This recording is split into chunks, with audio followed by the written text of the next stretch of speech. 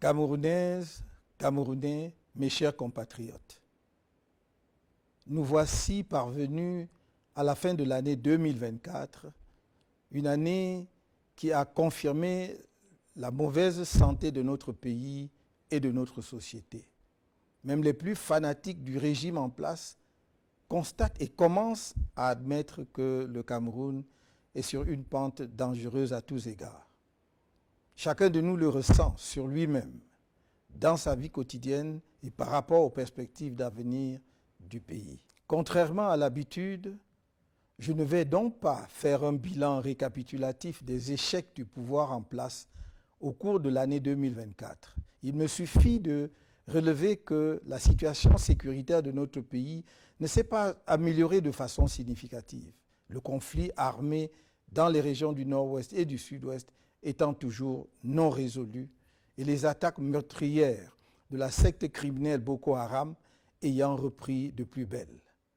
Que nos performances économiques sont loin derrière celles de pays de niveau comparable en Afrique, cependant que notre endettement public ne cesse de s'aggraver et à des taux d'intérêt quasi usuraires pour des investissements invisibles ou inachevés à date, mettant ainsi un lourd fardeau sur les épaules de nos enfants qui devront payer pour notre légèreté et nos malversations.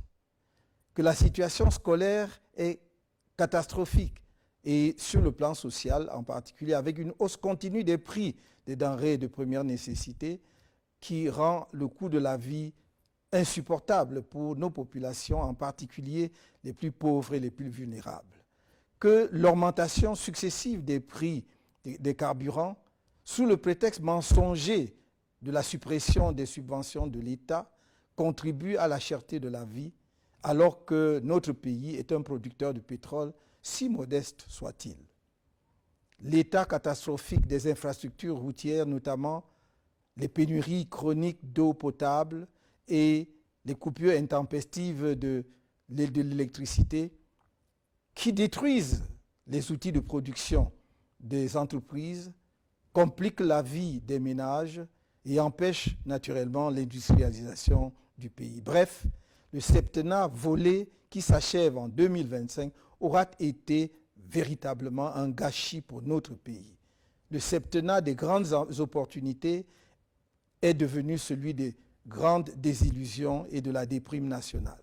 Le candidat de la force de l'expérience a disparu pour laisser place à un gouvernement de la force sans expérience, qui répand la terreur pour essayer de soumettre les Camerounais. Mal lui en prend.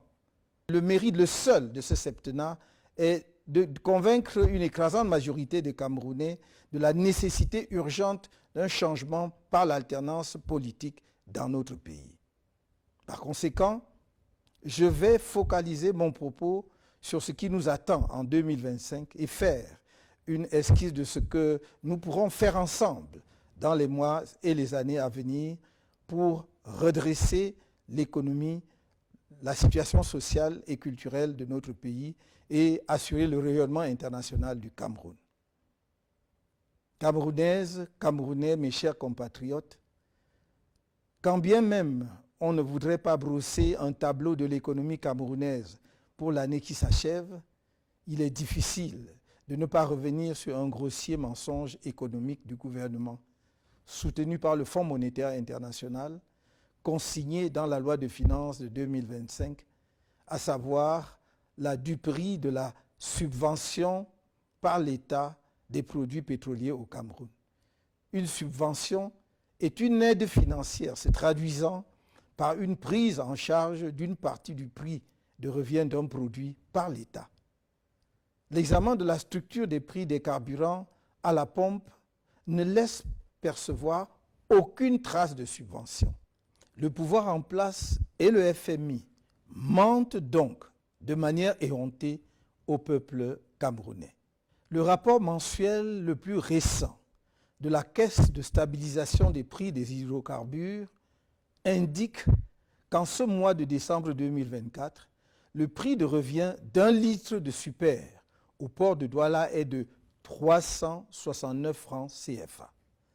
Le consommateur final l'obtient à la pompe à Douala et à Yaoundé au prix de 840 francs CFA, soit plus du double du prix de revient, sachant que ce prix à la pompe est encore plus cher dans toutes les autres localités du pays avec les frais de transport. Toute subvention de l'État aurait conduit à un prix inférieur à 369 francs CFA. Mais non seulement le consommateur final paie l'entièreté du prix de revient, il paie en plus un supplément de 471 francs CFA, représentant le transport jusqu'au point de livraison et divers prélèvements de l'État. Quelle est donc la partie du prix de ce produit supporté par l'État pour qu'on parle de subvention? Je souligne que même le prix de 369 francs au port de Douala est dû à la kyrielle d'intermédiaires et de spéculateurs dans l'acquisition des produits pétroliers au Cameroun, ainsi qu'à un circuit de distribution rallongé par une série d'autres intermédiaires. Or, la Société camerounaise des dépôts pétroliers aurait pu assurer à elle seule la récupération, le stockage et la distribution de ces produits. Cet allongement du circuit de distribution assure de solides subsides à certains responsables de l'État qui l'organisent et dont on serait fondé à croire qu'ils les partagent avec le FMI, devenu caution d'une subvention imaginaire. Je rappelle que le Nigeria voisin